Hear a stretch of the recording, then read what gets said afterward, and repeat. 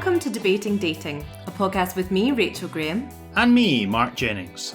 We're two single friends, and every episode we'll be discussing our differing perspectives on an aspect of modern dating. We'll be sharing our honest insights and experiences as platonic pals who are not afraid to give each other the unvarnished truth. Or laugh at each other's bullshit.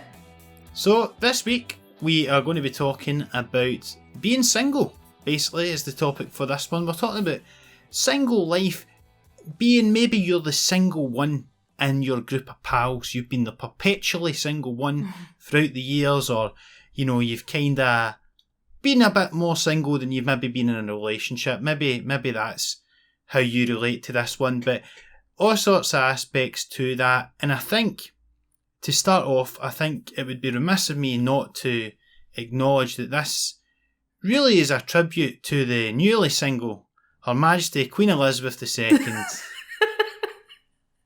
after the sad passing of her long-term partner, DMX, the rapper. So, Lizzie, if you're feeling a wee bit alone, don't worry. There's plenty of folk on your boat having been single and all that, and that's what we're going to talk about this week. That was really beautiful, Mark. Well, you know, heartfelt, you know. It's heartfelt. Yeah. But so, no, we're talking about that. So it's basically just, as I say, kind of like folk if they've been single for a long time. And it's that feeling into it and just these aspects of life that come up when you're the single one. Yeah. And I think that kind of, that happens to us a lot in that when you're viewed as the single one, I think your friends kind of want to help out and they want to like set you up, or it's more sometimes people want you to be with someone in it so that you can like double date or whatever. And I think that there's different, like you can have different relationships to being single. Do you know what I mean? Like you can go through times of being like, I feel so independent, I feel so good. And I know that I have all this freedom because I don't really need to answer to anyone. I can do exactly what I want. And that could be like your career or just like holidays or general stuff like that. And then there's other times where you're going, oh my God, this would be really nice if I could share this with someone in like a romantic capacity. Yeah. Well, I think we live in a society that's it's still quite couple orientated, isn't it? It's like if, you know, there's all the cliches, you know, other half or that shit, where it's like, you know, it's basically you need someone else to make you feel complete. And there is a sort of feeling, if you are single, that like, oh, that's a shame. Oh, hopefully you'll meet someday, or that kind of stuff. Whereas I think what we want to promote in this one is that it's fine to be single, and actually it can be a lifestyle choice, or it can just be, you know, you can just be happy being in that. But I think what we're probably going to be talking about a bit, and certainly in the submissions that we've received, is that kind of awkward nature of being the single one, and it's sort of being a bit looked down upon in society or something. I wonder sometimes if that's projection. Like I used to think, you know, that my mates that were in couples would sort of look down on me, or maybe I would just feel insecure because I was the single one without a partner compared to them. But I think there's a lot of wee things like that come up that we'll discuss in this episode that kind of all relate to that feeling. Yeah, and I think our society, like you said, it's like you aren't complete if you're not with someone. I also think that it's like when someone's single, often we think that that's a reflection on you. So like it's that thing of being like, oh, I don't understand why you're single. And it's like, well, there's actually lots and lots of layers to that. Like maybe I'm choosing to be single, or the kind of thing of being like, oh, well, no one else wanted you if you're single. And it's that thing of being like, well, actually, like it's not always it's not a reflection on you. It might be like where you are in your life and stuff like that.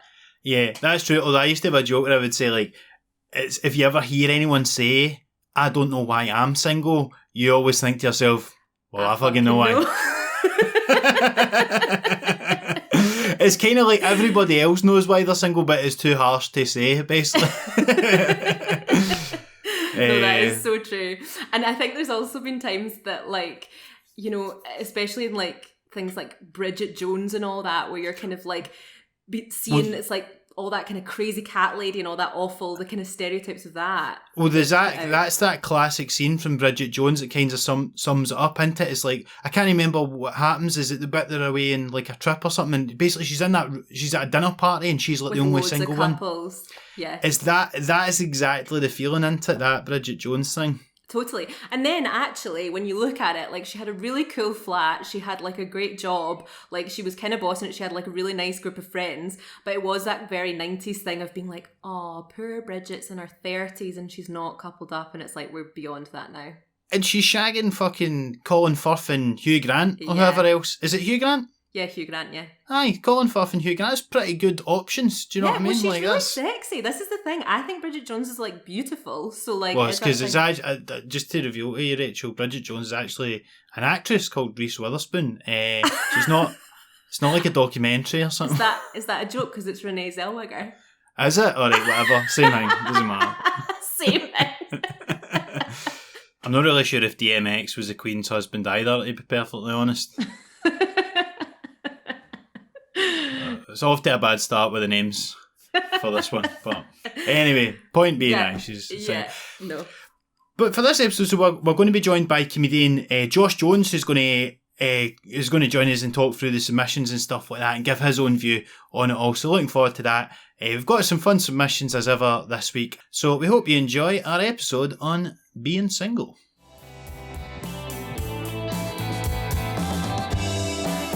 Welcome to the show then, Josh Jones. Thanks so much for joining us, Josh. How's it going, man?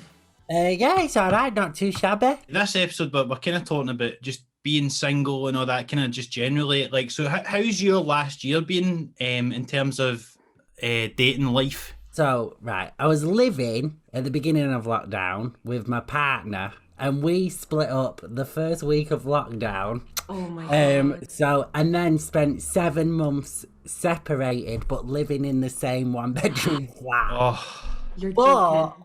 But it was a brilliant breakup, and we're still dead good friends, and we didn't argue once. We was going to split up anyway, but I'd not been home for a month, so we couldn't really do it. Do you know what I mean? So it's like, we're like, it's a lovely breakup. He's still in my life now, but it was a bit intense living with an ex-boyfriend for 7 months. yeah. And then... so then I was like, right, well, I've moved out of that and then moved to my mum's. So, yeah. And then, but I'm looking at moving to London in about 2 months, within the next 2 months. So then my plan's just to make up and like get some posh dick while I'm down there. That's everyone's goals. Yeah. Deep down, we secretly feel like that. We just don't tell anyone. Even me, to be honest, I think, in my heart of hearts.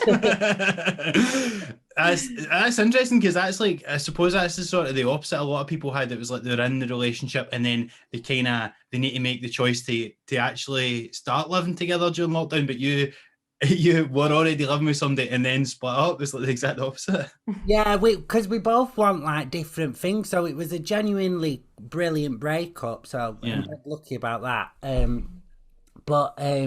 Yeah, it was. Do you know what? It was so nice because it was like, right, well, we've got our contract don't run out till 7 months. Let's just fucking power through, and we'll just we was like, let's just use this time to become best friends. That's so nice. So then we was like, yeah, we'll stop the sexual stuff and then just become friends.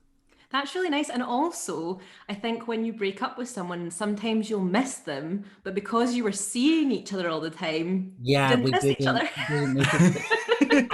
and as well, because we both like put a bit of weight on, like as you do. So it's like, right, well, so this last year we both lost a load of weight and got like in good shape, both of us. But we've got our revenge bodies together. So we was like doing that when you split up with someone. You're like, I'm gonna get really sexy. We did that, but with each other. It was as friends. Quite weird. So it's like I'd be in the bedroom and then like I'd be like, is it okay if I use those weights? And he's like, yeah, I'm done with them. So kind of, it was strange.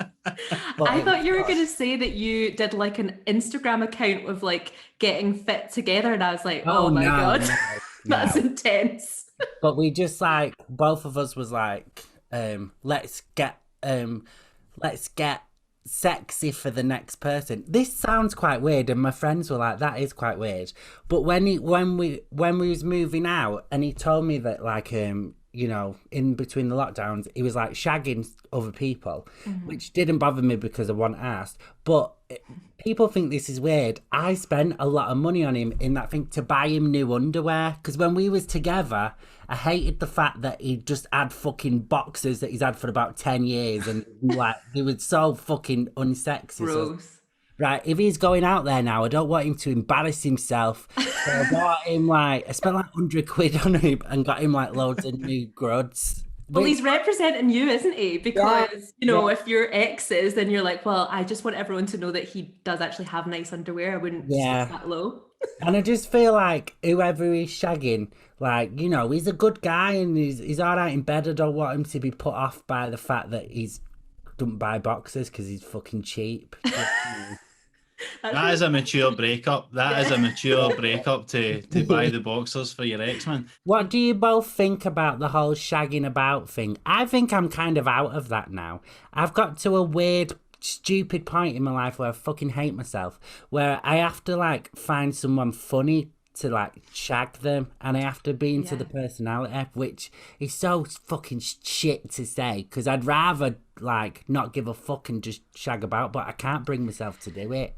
I think it's important to go through that phase, you know, especially to like live your life and, you know, have times of being promiscuous. And like I would like to think we're quite sex positive podcast and all that kind of stuff.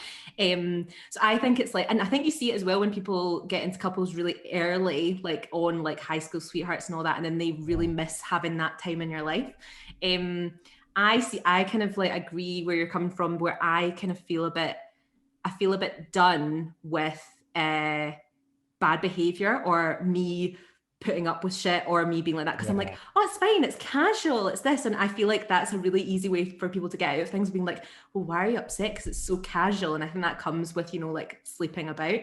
So I think I'd kind of had that thought process before lockdown of being a bit kind of like, I'm just going to be a bit more aware of what I'm doing. But at the same time, it has been a long lockdown and it is going to be summer, so who knows? This might be famous last words. I always say that, like, I'm going to, because, you know, there is a bit of emptiness, I think, because it's obviously a lot of fun when you know, you have one night stands and all that sort of stuff, but there is a certain level of emptiness if you're just doing it for the validation or whatever. But I've found myself so many times, it's like when you have a McDonald's and then you say after it, you're like this is my last, right? Starting Monday, no more. I've been like that quite a lot, where like shagging about a wee bit, and then I find myself doing it again, and I'm like, oh, why can't I stop? You know. But as it's like, because if you're Rachel, are you straight? Yeah. Right. So it's so easy, because if I was straight, I'd get sex. So I'd have so much more of it, because you can just have quick sex. Where if I'm getting bummed, I have to douche, and my diet, it's planned. You need to plan it out. I've got lots of friends who've said that. Yeah. So it's like you plan it out. So in the planning, you have a lot more time to think, and you think, is it worth it? Probably not. I'll just have a burrito and a wank, and I'm done. I mean, so yeah, if you want a burrito and shagging, this is, you know, I suppose it's a sort of Sophie's choice, isn't it? Yeah. Well, this is right. Honestly, this is what I'm going for in my dating life now. Mm-hmm. I'll do right 1 or 2 dates, right, and then we'll get to the third date, and I'll be like, realistically, this is the third date. Let's just be honest. Do you want to bang? Yeah. And if they say yeah, I'll say, right, well, let's have sex first. Come mine, and then I'll douche. Everything will be great, and then we can go out. I can eat what I want, have a couple of pints without worrying about someone trying to shove a dick in my ass. Do you know what I mean? Get it out the way. That's really wise. That's scheduling. Yeah, because like I want to enjoy the date and have some food. Do you know what I mean?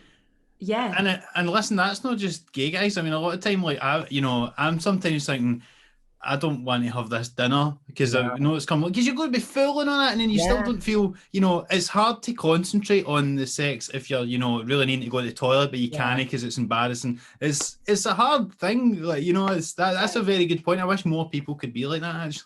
When I'm hungry as well, oh my God, I think I'm fucking Naomi Campbell. I'm like, oh my God, flip me about. Like, the sex is better because you're starving and you're like, I'm too stoned. Do you know what I mean? So You're just getting shoved about because you're like, I'm light as a feather. yeah, so that's why I think we should make it more normal to be like, right, let's be honest, we're gonna shag. Don't do that on the first date. That's well intense. But like if you had a couple of dates, say let's just shag before, and then we can go out and enjoy our lives. Well, Yeah. I've got a relative. I'll make it vague. I've got a relative who he would say that he would want to shag first and then do all the coupley things and all that and see if it'll go into a relationship because just wants to get that out the way and kind of see whether or not they're wasting their time. And I'm like, well, that makes a lot of sense. And actually, one time I met a guy at a party. Actually, Mark was there, right? But so I met a guy at a party and like exchanged numbers, and then he was like, "Do you just want to come round?" And I was like, we had a date like the following day, and he was like, I think I was drunk, and I think I was like singing and dancing in a show or whatever, and I was quite drunk, and he was like, do you want to just come round? And I was like, yeah, I would like to come round. So I went round, we slept together, and then we went on the date the next day to like the planetarium and the science centre, and it was really nice because all of the pressure was off. Yeah, I think that's like the best way to do it. Just get fucked and then We need to start a revolution. This is like, I hope all the listeners are writing this down. We're doing everything back to front, you're right, that's it. Well, so have you heard of like cuffing season, Josh? Like handcuff. cuffing season. No. I like how excited you looked. No, that's what I thought you meant. I thought like, do people do that bi-monthly now? Well, that was like a thing you just did whenever you felt like It's handcuffing history month, it is. Oh my God. So a cuffing season is like winter when people seem to just kind of want to like spoon and kind of hibernate and cuddle up. So it's like you'll strategically decide to get in a couple then. Yeah. And I think that there's a term called freckling, which is like the kind of opposite of that in like summer, like everyone comes out and they all want to like, it's either that they want to be free, so they like break up, or that they want to get in a couple. I can't remember. Anyway, something like that. And I do think like summer approaching, I think we're all quite like, I know I'm quite buzzing for that time where you can just do whatever you want and we'll be allowed to soon. I'm just really excited to meet someone new. And like, I don't, this is going to sound so gay. I loved my ex-boyfriend, but I don't think we was like in love. Do you know what I mean? And like my head is like, I'm gonna go to London and I'm gonna fall in love. I really want like a romantic sweep me off my feet, because no one's ever swept me off my feet. Do you know what I mean? Yeah, you're like a little rom-com Dick Whittington heading to London, like, I'm gonna fall in love. Yeah. I like your thinking. I think like that too. Like now I want to come to London. Yeah, and I feel like because we've got regional accents, yours is probably more desirable than mine. Oh no, I love your accent. But like regional accents in London, I've noticed it before. I'm not gonna lie. I've had opportunities when people have been like, "Oh, that accent," and I'm like, "This one, it's all fucking tramp." All right, whatever, let's go. But like I want to go down there and I'll play up. I'll put the accent even more up. I'll be fucking sweeping people's chimneys. I don't give a fuck. But like, you know what I mean? Just like you're exotic, as Northerners. But I do love. What do you think of the Southern accent? I quite like it. Like, I feel like we've worked with people before, and Mark's been like, "Did you fancy him?" And I'm like, "Yeah." And it's like, it's because he's a little posh boy from London, and I was like, "Yeah." Pretty much. Oh. I like that as well. Like something about this something about shagging somebody who's like more upper class, a higher class than you. Yeah, that's pumping up. I like to call it pumping up. Yeah. I love that about Scottish people. You say pumping. Yeah, That's so cute. I wish that like was a Manchester thing as well. It's such a cute way of saying shagged. You can say it though. We gift it to you. But it's not actually, see if you know the context that Scottish people say it, it's not cute. It's like, you're getting fucking pumped tonight, hen. That's how people say it. It's like, it's quite aggressive. But I like that. There's plenty to look forward to and plenty to be optimistic for, I think, when things open up, being single and all that. There is a few aspects of the single life that are maybe less desirable, and I think one of them is what gets brought up in this first submission that we've got here. So basically in Taiwan, because everyone is so lonely all the time, they basically set up the restaurants so that you can eat alone. And it's great because you don't have to interact with anyone. And so you've got your wee cubicle, you get your food, and you just sit there and nobody bothers you. It's fantastic. So they're talking about the kind of positive side of dining alone, but obviously, like, I mean, Josh, you're a comic like myself. Like, you'll have spent a lot of times doing solo dinners and lunches and all that on the road, I imagine. Yeah, it does not bother me at all. Every time I go to the cinema on my own, all the time when I'm gigging, like, I've go for meals on my own. I don't just sit in my hotel room. I fucking go out, live your life. I went and watched, do you remember when A Star Is Born? Yes. Aye. I was gigging in Cardiff, right? So at the end of it, I was just like skriking, like full on, just like ugly crying, like, and this couple sat next to me was like, are you okay? And that was the only time I've ever felt embarrassed that I was on my own, because like strangers were like, were you okay? And I was just like, full on ugly crying. But at least then you're never going to see them again, and then you can just be like, oh well, I went with an ex-boyfriend to see The Theory of Everything, you know, that Stephen Hawking film, and I went to see it with my ex, and we were on the escalators down, and I was like more than ugly crying. Like, I was maybe a bit like I couldn't control myself, so it sounded like he'd been really bad to me, and he was like, Rachel, please stop, and I was like, I can't help it, the poor man. He's like so embarrassed. It must be a sight though, because it's one thing to just see somebody crying at a movie, but when they're on their own as well, part of them must have been thinking, something's fucked up in this guy's life here. Yeah, and then as well, I always feel like everything's made worse because I've got such a ridiculous voice. So then they'd be like, you all right? And I'm like, I'm fine. And they're like, what the fuck is that noise? I'm like, so I feel like, yeah, oh God, it's just one of many awkward interactions with strangers. That sounds like you're normally quite like relaxed and chill, and like you need to live your life, and you need to be able to do things on your own, and it's good that way. And I think it's good as well, like even like solo traveling and all that kind of stuff, that like you just do what you want to do. You don't need to do anything you don't want to do, and you can just like enjoy yourself, and like it's other people's judgment of you. It's not actually how you feel doing the thing by yourself. That's why I think I'm like find it hard in relationships, because I'm so good at being on my own. Like going out on my own does not scare me at all. Yeah, that's so good. I think though, like the thing that I don't mind about it, because I've been a lot of solo nandos on the road. I've been to the Cardiff one, all that sort of stuff on my travels. But the thing that makes it bearable, I think, is just having a phone, because you can basically just be on your phone. It doesn't matter that you're on your own, because you're sitting there, you know, you look at your phone until your food comes, blah, blah, blah. I don't know how people would have done that kind of thing, though, if they're having to spend a lot of time their own, going to restaurants and all that, without a phone. Because see, even if you run out of battery or something, all of a sudden then you're faced with the thing of like, oh shit, like I need to actually take all this in, that I'm actually on my own here, and like, you know, and then all of a sudden it starts hitting you. But the whole time you're on your phone, you don't feel lonely, because you're just like, I'll listen to a podcast, or I'll go on Twitter or whatever. Well, they could have had those little travel Sudoku books. Just doing the little Sudoku. I mean, it's not really the same, is it? Come on. Just a book, Mark. Like, you could just read a book. You know? I think the newspaper, a lot of people would have a newspaper or something, but like, even then it's hard to know, like, you know, at some point you're going to have to acknowledge more that you're on your own, but you could be anywhere. It doesn't really matter where you are. If you're in fucking jail, as long as you get that phone, you can sit.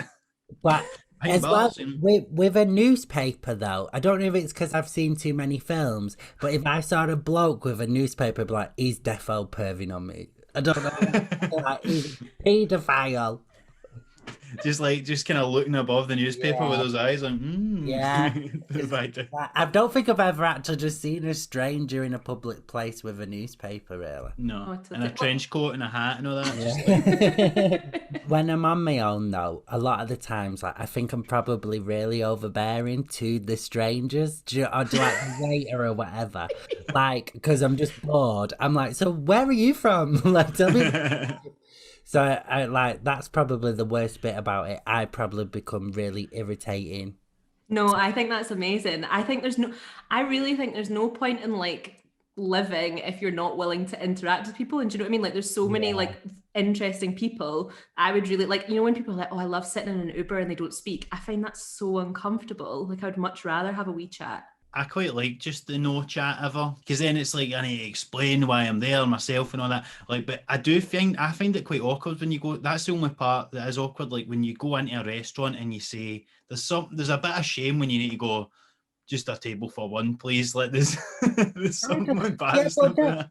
But like I always think like it's obvious that I'm working. A lot of the times as well, like you carry a bag with you, do you know what I mean? Like You've got your clown shoes on and your nose. I'm a comedian, guys. but as well, like sometimes, do you know what? If you eat at a restaurant and then go to the gig, like I get too comfortable. I've like brushed my teeth in a Weatherspoon's toilet and just fuck it. Like, I don't care. It's just like, see when you're in a different city like that for the day and you do that kind of stuff, you do just feel like you're homeless basically, don't you? Yeah. Just brushing your teeth in the You just toilet. feel like you're lost, just waiting.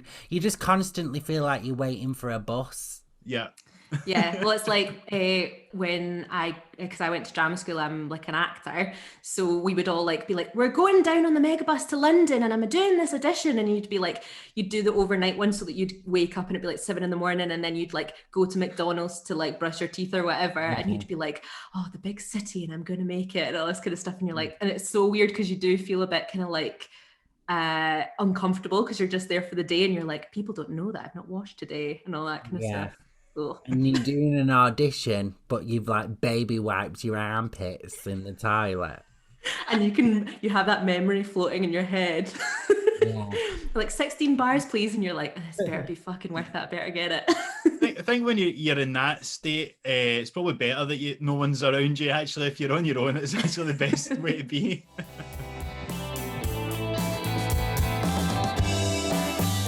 A big part of being single, I suppose, is when you're around other couples, and often, obviously, you can feel like the third wheel. So this is a story about somebody who definitely had the third wheel aspect of the interaction sort of rubbed in her face. Probably the time when I felt the most like a third wheel is probably when I went on a kind of misguided trip, a park with a friend of mine and her like recently acquired boyfriend. We went to the park. I was kind of like, oh, it's going to be like a friend's hangout. And yeah, we arrived and we went and sat by the swans and we were vaguely talking about the swans. And I just remember looking out at the pond and then hearing this like sucking and squelching noise beside me and turning around and being like, oh, they're making out. I guess that's okay. I'll just keep looking at the swans, I guess, and being quiet. And of course it was like, 2010, so it wasn't like I didn't have an iPhone. So I only had like a wee Nokia brick, so I didn't even have a phone to entertain myself with. And I think we sat in 3 or 4 different places where they proceeded to make out the entire time. Yeah, and I've never felt more like a lemon in my life. And why are they doing this in front of me and it feels planned? That's such a wee shame. I have 100% been that little teenage pal. I had a friend who, she didn't want to see her boyfriend alone. She'd always be like, oh, please come, please. It's so awkward. It's so awkward. I think it was like her first boyfriend. And I was like, okay, I'll come. But like they were getting off all the time. And I just remember one time they were watching Gladiator and we were like sitting in his living room, just us 3, just properly getting off to the point that like it was beyond just getting off maybe. And I remember just being like, why the fuck am I here? Like, why am I here? To be fair though, Joaquin Phoenix is in that film and that can get anyone in the mood, really. That little cut on his lip, yes please. Why didn't I just enjoy myself? I could have just been like really, really tunnel vision watching. Like, see when you are like with a couple and you're the third person, like sometimes I don't feel like I know what to do, because you're like, oh, do you want your own space, or are you happy that I'm here because you're sick of each other? It's a hard thing to know kind of the appropriate time to sort of hang about and then to kind of leave them on their own sometimes. Yeah, it like depends who the couple is. So like my friends Holly and Lee, they've been together for 10 years and they've been together since we was like teenagers. And like now they're like, well, they're engaged, but they've got a mortgage and a kid or whatever. So when I go round to their house, like I don't even care if they want me there or not. I'm there. I've known Holly since I was 5, so it's like, fuck off, I'll be here until I want to leave. And like I don't even care because I know them. But if it's like one of the couples where you know one of them more than the other, then it's a bit weird. If you're really good friends with both of them, it should be fine. Do you know what I mean? Yeah, and they're probably loving the company and loving like Yeah. a different energy and being able to like actually have something different to talk about. Like my parents have been together 40 years, and my mum said the other day that they were chatting about something, and then my dad was like, "Why did you bring that up?" And mum was like, "I just thought that that would be something that you'd want to talk about." And he was like, "All right, okay," like as if they're run out of all the chat. It's like, "Oh, I know that you like this thing, so I'm offering it to you. I don't really want to talk about it." That's so cute. That is cute, I know. As soon as like kind of 18, 19, 20, whatever, like being in the pub, and it was like, if it was a big group of couples, right?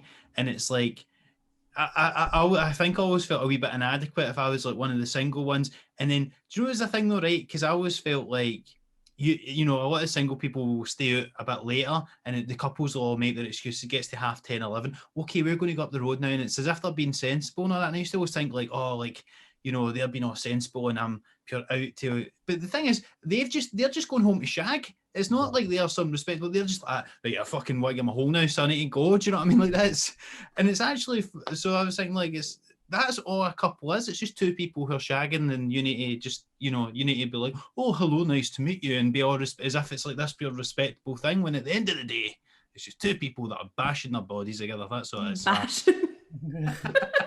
That's one thing about being single that I don't like, is that when I was in a relationship, I did go home earlier.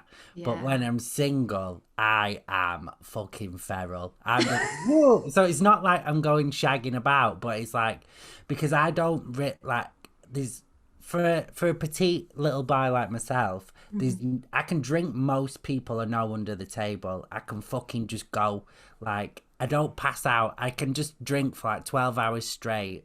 So when I get on it, You're on it. I'm on it. But when I was in a relationship, I was very like, no, I'm gonna, even if I wasn't with him, for some reason, I was like, I'm going home. But I think because you're single, in your head, you're like, I need to make the most of this. Yeah. I think it's funny as well, like, you know, when you're single, or maybe you're like in a group of single people or whatever, and you have to kind of gauge when you want to leave your friends. Like, you know, if they're about to hook up with someone, or if something's you're kind of aware, you want to be like a wingman, but also I think it's helpful if you're all hanging out, but it's like always kind of working out the best way to kind of like melt away into the background and be like, okay, you guys, like, on you go. And I think me and Mark have found this, that like, well, Mark thinks I'm a terrible... I would say that's a terrible way to do it. Okay, you guys, on you go. I will leave you alone to go and have sex right now. I wouldn't say it out loud, fuck's sake. Sat in the corner, like, peeking at him, like, putting the thumbs up. Like, go on, well done. Like his mum. Yeah. That's the worst one, when you like walk by them and like, do the wee wink. Oh. No, I wouldn't be that bad, but I do think it's like you have to kind of work out the when they want left. Mark's been a very good wingman to me on so many occasions, because Wish I could say the same. No, I know I'm really shit, but I'm shit because I don't realize like in time, or I just get overexcited by chat, or if who he's chatting to is like a girl that I really get on with, I'm like, oh my god, best friend, and he's like, okay, well, Yeah. I'm a fucking mint wingman, me. Oh, are you? Yeah, so good. Especially for like my straight male friends. Yeah. Because I think as well, like, a lot like this, the stereotype is that someone as camp as me only has like female friends, where it's very 50-50, and it always has been. Yeah. So it's like sometimes I'll go out with like a group of lads, like lads, and then I think like girls are like you're friends with him, and it kind of makes them look very like cool and accepting. Do you know what I mean? It's like, yes, I have a very camp friend, and we don't care. He's one of the boys, and like it makes them look like more. I don't know, like emotional, not emotional, but like less content. Basically. You Yeah, reckon totally. you're like a Trojan horse for them to Yeah, get into the. yeah. And like because I'm just so fucking loud and love attention. When I'm on a night out, women just literally like fucking come to me like magnets. So, like, and then my mates just stick around and get the shrapnel at the end. So actually, so talking about third wheels as well, right? So this next submission is actually on a similar vein of third wheels, but it's maybe a scenario that you wouldn't necessarily expect to end up as a third wheel. So we'll have a listen to this now. I had been chatting to this guy for a while and we set up to go for drinks together. Didn't really hit it off, shit chat. So he then got a message and was like, oh yeah, my mate's out. Is it okay if he joins us? And I was like, all right, fine. This isn't going anywhere as a date. Maybe we can just have a fun night out. So his mate comes along, slightly better chat, bit of fun, whatever, getting along. I go to the bathroom upstairs and there's like a balcony bit and I come out the bathroom and I look down and I see both of them making out like full on downstairs. I'm like, oh, okay then. So I kind of walk down, they've stopped obviously, noticed me coming down the stairs, sit awkwardly for like the next 5 minutes, and then the guy I was meant to be on a date with goes to the toilet and I'm like, here, mate, you realise I was meant to be on a date with him, best of luck for you both, and just paid for the last round that I owed and just walked out. Do you know what it kind of sounds like? A bit know how like Rachel, you spoke about this a lot. Like women have they'll do the emergency text. Like if it's not going well, they'll get the pal to save them. That sounds like that guy was just there. He was his emergency winch to like come in and get off with him and get the other guy to fuck. I think that what I think was happening, the two guys that kissed were like they'd probably been shagging for about 6 weeks, but they didn't know like what it was, and maybe had a little tiff or whatever about it. And then one of them was like, well, I'm going on a date, blah blah blah, and then the other one just spent all day full of envy, like, where's the date, and then he turned up, and then now they're married. That's what I love how you've just seen the Matrix on this one, Josh. But yeah, for the guy, it's like, oh yeah, sorry for the guy. But like, you know what I mean? It was on the first. I think if anything happens on a first date, I never really feel sorry for him because it's like, well, you got out at the beginning, so fair enough. But I think, you know how you're saying about like getting prepped for a date? I feel like I plan my dates around when I wash my hair. So I'm raging if it's a bad date because I'm like, my whole week is ruined. Yeah, I think it was a bit of a shame for the guy. I think he could have literally been like, let's call it a night, bye, and then started winching. Like there was no need for the overlap really, unless there was an element of like maybe hoping there was like something could have happened between the three of them or something, maybe. If it was like, you know, a little menage a trois. Is that the phrase? Yeah, my ex-boyfriend told me about this threesome that he had, where it was with like a couple, and then they had the threesome, and then like they were all in the same bed like sleeping, but one of them like got really like close to my ex, and so then he woke up in the middle of the night with them two like arguing, like you're not supposed to hug him, sort of stuff. It was really awkward. No lovey-dovey stuff here, just sex, all right? Yeah, That's... just sex. And then they started like really kicking off, so my ex just got his stuff and left. Oh man. Oh, it's like in the contract, no hugging. Yeah, it was weird. I used to always go on nights out to Polo in Glasgow, and it would just be like me and all my gay pals, and we would just have the best nights ever, and it was just honestly like so much fun. And then I'd always be like, it would be like my friend and then these two guys, and I'd be like, oh my god, like we're just such a fun group of friends. Like I was like, we're just amazing and we're just having the best time ever. And we'd be like hanging out outside, and then they'd be like, okay, bye, Rachel. And I'd be like, oh, are we not all going to taxi? I'd be like, no, we're all going to have a threesome. And I'd be like, okay, cool, see you later. I'll just check out here, but honestly, love you all. Those kind of stories put me in mind this one time, right? So we were all on a night out, and it was like my mate was sort of seeing this girl, and I was like kind of, I fancied her pal, and there was kind of a wee thing going on, I think, with kissed and all that. But they basically had a hotel room in town, so we ended up all going back to the hotel room. But I always remember it because basically, so my pal and the girl he was seeing were on one bed. The girl that I was trying to fire into was in the other bed, and I was in the floor in the middle. And that's already a bit of a kind of depressing scenario to be in. But then, like, as I'm trying to get to sleep, all I could hear for the next room, and I think because I was in the floor, it was actually the room downstairs, which is why I could hear it. I could just hear this lassie getting absolutely shagged rotten. And like, just saying, and I was just like, this is one of the worst nights of my life, man. That was brutal. Like, it was just like a pure loud. You could just hear this loud sex to be downstairs, and I'm just like, that I couldn't be any more further away for that. I had a really weird third wheel experience when so this was probably when I was at 17. I used to stay at my friend's house, and he had a single bed, and because I stayed so much, there was a mattress under his bed, so he pulled the mattress out and I stayed on the mattress, so it's like 2 beds in one room, whatever. And then anyway, don't know how, he brings this girl back to the house. So I go on the mattress. They're like downstairs or whatever. And then when I was bladdered, so just fucking slept all the way through. And then woke up in the middle of the night because this girl, they'd obviously had sex in the room while I were there. And I didn't even flinch, didn't wake up or anything. I woke up because she went to go to his bedroom window to have a cig out the window, stood on me.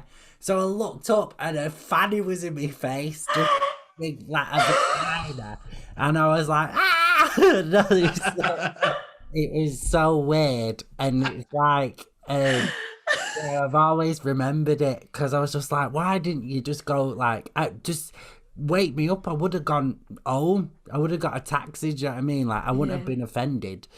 A full-on fanny in your face. Yeah, it was just like seeing like it was. Do you know when you've had a night out, you woke up halfway through the night and you're a bit like feeling rough, and then there's just someone's fanny in your face.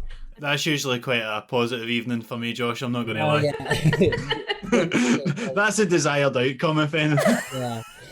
As well, this was when I was closeted, so I had to be like, no, I don't mind vaginas. Waking up like, oh, I mean, wow, oh, come here.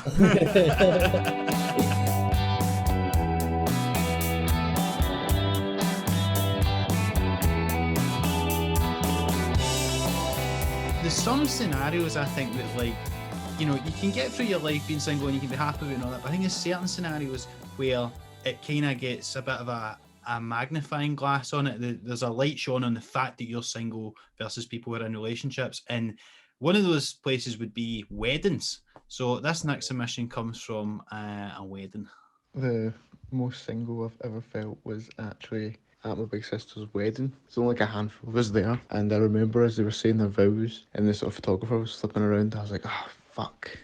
I was here at this like super romantic moment, and up front was my big sister and her very soon to be wife. In the front row was my mum and dad, behind them was my brother and his girlfriend, and then there was me, like suited up, bow tie on, with like a full row to myself. And I remember thinking to myself, I need to look as happy as possible in all of these photos, just so that no one thinks I'm lonely. Honestly, I think you can be so secure in yourself and love being single, or being at a point in your life that you're like, this is so great that I'm single. It's other people being like, oh, like no +1, and it's like, oh, grow up. Like, yeah, and you want to say to him like, your marriage is shit, your husband's a cunt, and you hate your job. Do you know what I mean? Fuck off, I'm having a good life, suck a dick.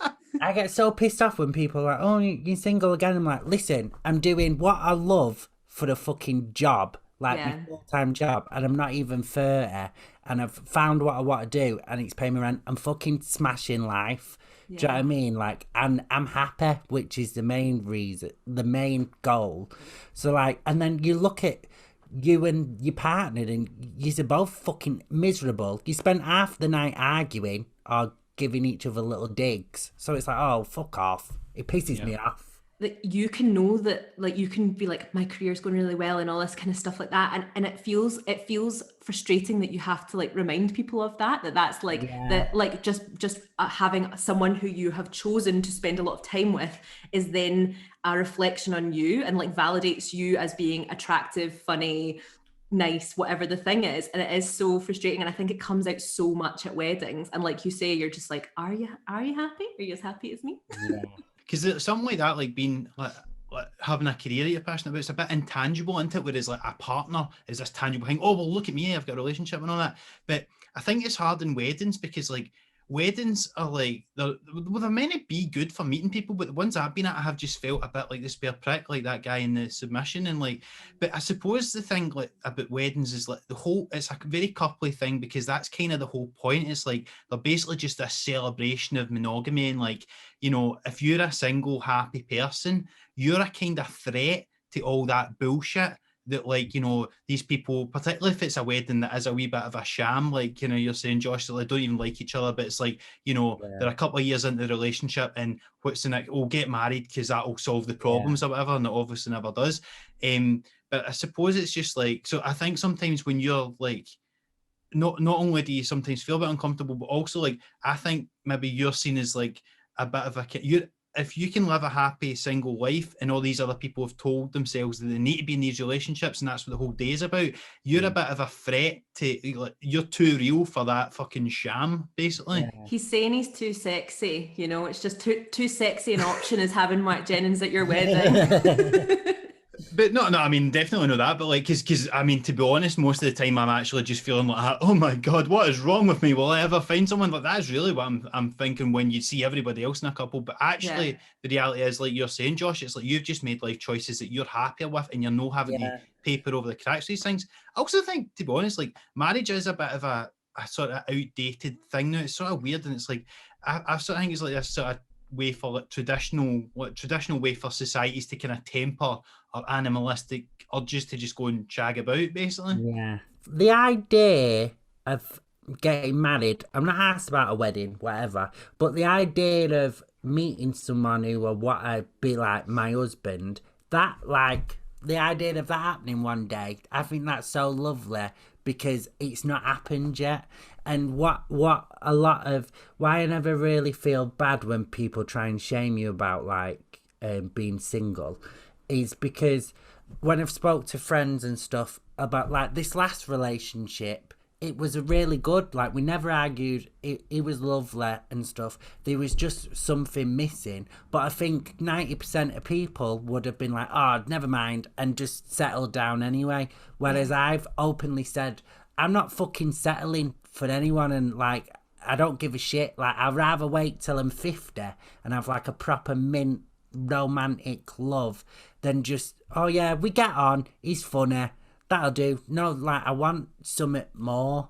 Do you know what I mean? And I think when you say that, people are kind of saying more than what you've got is shit. Do you know what I mean? So it's like, I think people can get like a bit, I have seen it with like friends in relationships when I've explained what I want and they're like, oh, so basically like not what I've got.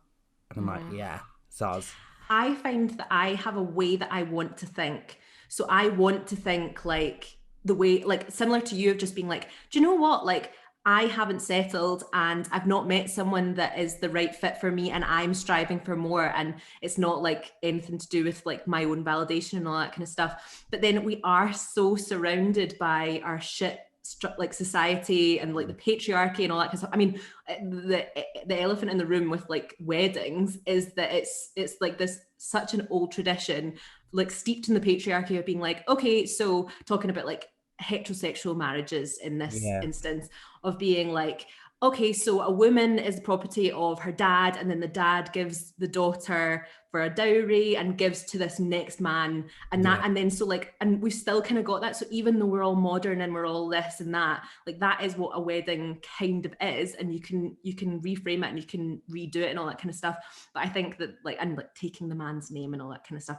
So I think like it's fine to like want a wedding, but I think you should be kind of aware of like why you're wanting the wedding. And is it just because everyone's getting married? Is it because everyone's having kids at this age? Is it because everyone is settling down, you know? And as well, like, so many of my friends like talk about getting married or whatever, but I think our generation, like, how many of your friends' mum and dads are on the second marriage or whatever? Like, so my mum's been married 3 times, right? Really? And so yeah, she married me dad, then the second one, and now the third one, right? Yeah. And it takes like, so she's been with my stepdad now, the third one, for 20 years. So it worked and it was right, but she didn't meet him till she was 40. And like, so now kind of that, like, because of seeing my mum, you know, she got married a couple of times, made me just think, oh, do you know what I mean? Like, if I do meet someone now and just marry him, the our chance they'll fuck up. So we've got to learn from our parents. They all got divorced for a fucking reason, because we all are living longer. So we don't need to get married in our 20s, really. I know, although I do have this thing. So I turned 28 recently, and I did have this, oh my God, snap. And I turned 28 and I was like, oh, I would have liked to have at least been proposed to and then said no, even just to have had a good story. I was proposed to. What? Yeah. Tell me, what happened? I've got the ring somewhere. You're joking. Let me send it back. It's an awful story. So, Oh, no. this was a couple of years ago. Uh-huh. I was dating this guy and I split up with him because he was intense.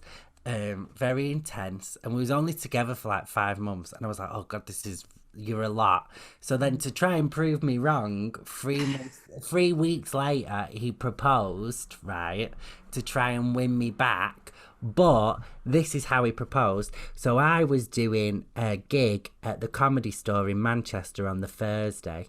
And on the Friday, on the Wednesday. So I was there on the Thursday. On the Wednesday, he went and dropped off an engagement ring with a letter, right? And then just before I went on stage, this was like 4 years ago, 3 years ago, so I wasn't a pro comic. I was doing the fucking open spot. I'm so embarrassed, right? So just before I go on stage, one of the people who worked there was like, oh, this was left for you in front of the other comics. Obviously, it's an engagement box with a ring in it. And then I opened the letter and it was so fucking cringy. But, so then I read that and then I had to go on stage just like, oh God, I didn't know if he was in the room. I was already a bit like, I've had to tell him a couple of times, like, you're intense, like, back off, do you know what I mean? And then, so then I declined his proposal, and then, yeah, I've still got the ring though. I tried to send it him back, but because he lived in a different city, I went and visited the city, but I never remembered his house address. I just went to his house. Do you know what I mean? Yeah. So, like, he wouldn't give me his address to send the ring back. I don't think it was an expensive one anyway. So and then he was like, I'm setting up a comedy agency. Can I sign you? And I was like, no. Probably just as well you never let him be your agent, because if you signed that contract, you'd have probably realised it was a fucking marriage one instead of certificate. Yeah, imagine. But I like the idea of a marriage. That does sound quite lovely, I think, actually. But yeah, shouldn't be all about the one day and then you actually don't want to be with that person for the rest of your life. Yeah. Yeah. But I don't know. It depends. It's just like finding a partner in crime, really. Totally. Yeah. Do you know, there was one time that I went to a wedding and I bought this dress and it was like a really expensive dress and I really liked it, and I'd like I didn't really spend a huge amount of money at that time because I was like, you know, poor actor and all that, and I was like, but I'm going to spend a lot of money on this dress. And it was like quite a strange dress. It was kind of like 50s style, and it had like little like lemons, like printed lemons on it with like blue, and then it said like lemon on it all over, like that was the print, which sounds really disgusting, but it was nice.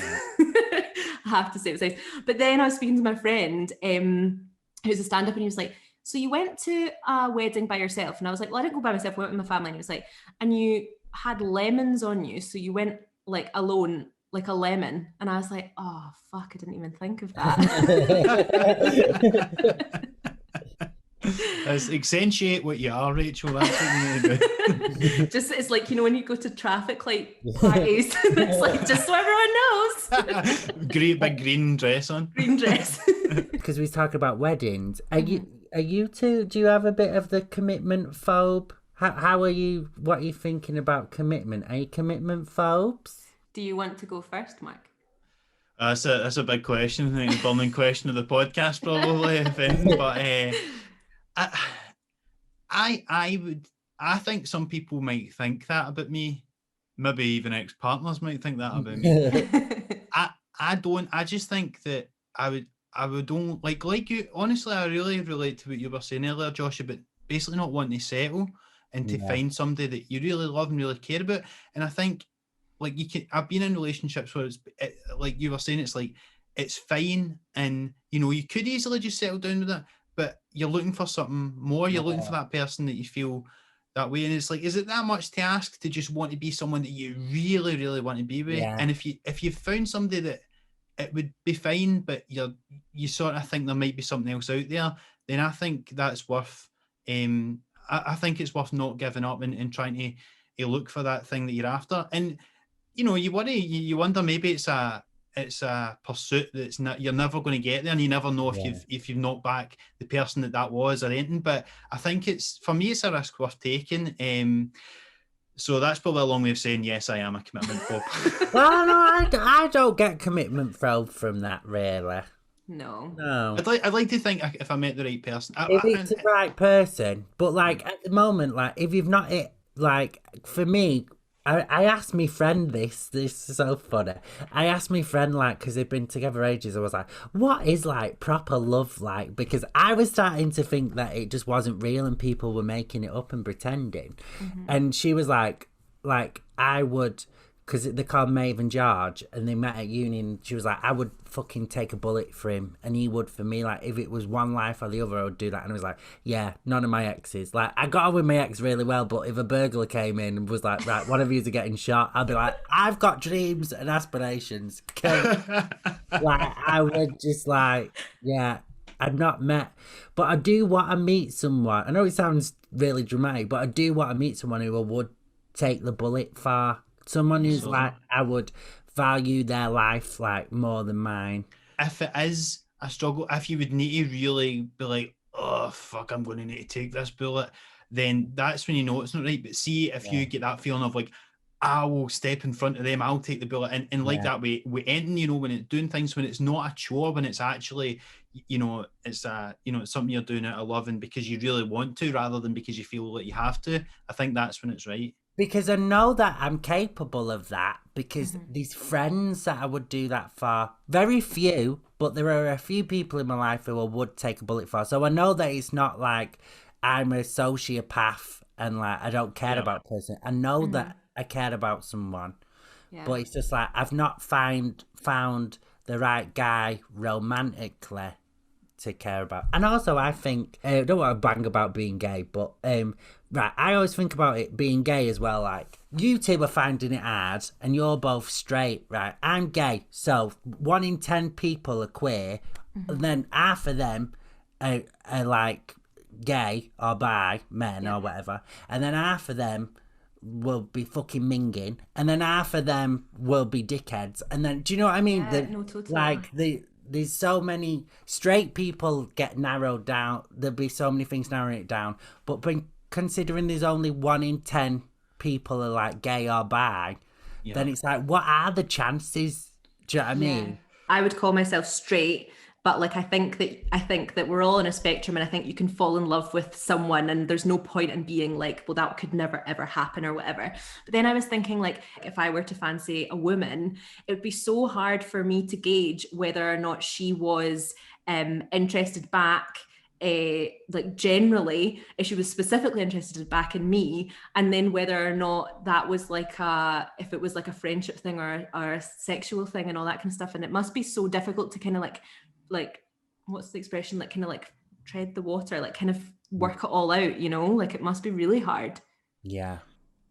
Tough to navigate, because because that's saying we don't want to turn that into fucking LGBT Q&A with you, Josh, and ask you ask you the questions, but obviously like on Grindr and all that, and like you sort of you can identify yourself as a top or a bottom or both, I guess. Some people, because even that must be like, because if you're a top and somebody else as a top, and then so you can't get with them or when they work. So it seems again even narrows the filter down. Must be more probably. complicated than that, though. Surely. Well, I've always been. I'm quite flexible because I'm talented. But so I've dated my ex would never bottom. So I spent 2 years being the bottom, but I'm not asked about that. I don't give a shit. I'm just happy to get an invite, to be honest. So I'll do whatever the fuck you want me to do. I don't give a shit. But so yeah, but I do think some people are very like, I'm not doing that. I'm not doing that. And it's a bit weird. But that's why I feel quite lucky because, like, not a lot of gay men would do both. Well, a lot will, but, like, so if I did meet someone and they was like, I only do this, I would, well, actually, I don't know now. A couple of years, like, now if they're like, I only bottom, then I'll be like, I don't know anymore because I actually like bottoming, but I like the idea of being like the, not even the sexual act. I've always dated skinny little fucking dweebs who are like fucking stick thin. And now I'm changing my mind and I'm going for fucking mountains. I'm going for shit. Because I want to feel delicate. And as well, because I was like, I'm so camp and stuff, like part of me wanted to top. This is like, it's just overthinking it, but part of me really wanted to top for years because so I can be like, I'm a fucking man, I fuck them, do you know what I mean? But like now I'm less bothered about what people think of me and I'm more comfortable with the fact that I'm camp and this is just who I am.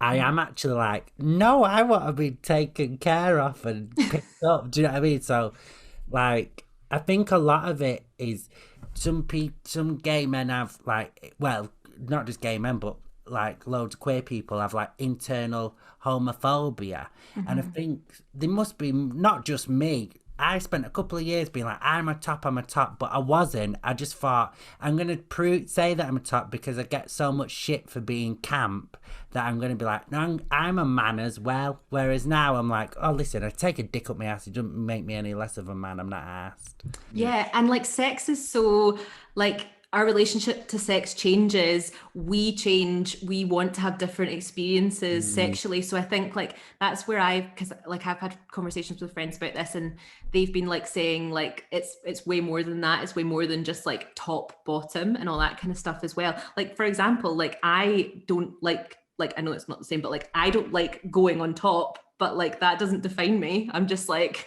I can't be arsed, I'm lazy. I know quite a few people who are like that though. That's fine. Yeah, you're just like, nah.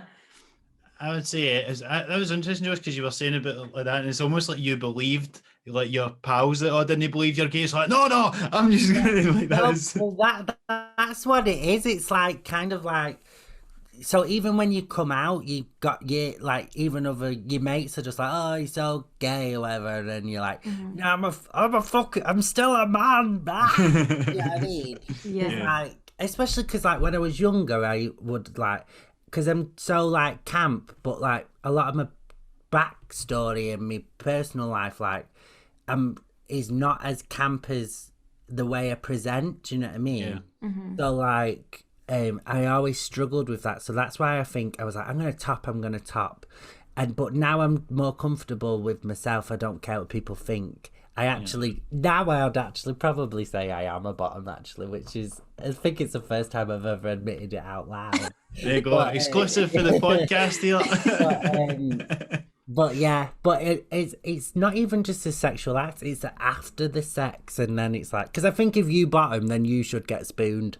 Do you know what I mean? Yeah. That answer's been brilliant, Josh, and such a eloquently put, insightful answer. However, it has allowed Rachel to completely swerve the question of whether or not she's a commitment phobe. So we'll now go to that. I just didn't want to commit to the question. I don't think I'm a commitment phobe at all. I think that I would like to meet someone. I think that that's quite like, I think people would guess that about me. I think that I think I've experienced so much bad behavior in my 20s that I think I'm quite quick to quite quick to recognize it, and also maybe a wee bit overly cautious, that I think that, you know, if I see some sort of kind of red flags or whatever, if I start to kind of think, oh, I don't like this, or this reminds me of someone who wasn't compatible or right for me, then I'm very quick to be like, no, I'm not putting up with it again, because I am like an adult woman and all that kind of stuff. So then I think I have that kind of like struggle of, do I call it a day too early? Because I'm like wary of getting treated badly and then being upset by it. At the same time as well, I think that a lot of the time, I think that some of the guys that I am meeting up with maybe are not the best. So I think that that's maybe like an element. So I think this year and in recent years, I've kind of tried to, I'm basically trying to avoid saying comedians, but I'm trying. So I've just decided I've got a no comedians rule. And that is such a good rule. Yeah, well, I wish I'd told myself that in my when I was 20, but who cares? I've never shagged a comedian. Oh, don't do it. No. As well, like, there's not as many gay ones, really. I feel like if I was a female comedian, there's a few straight ones I would have fucking gone right through. Oh, really?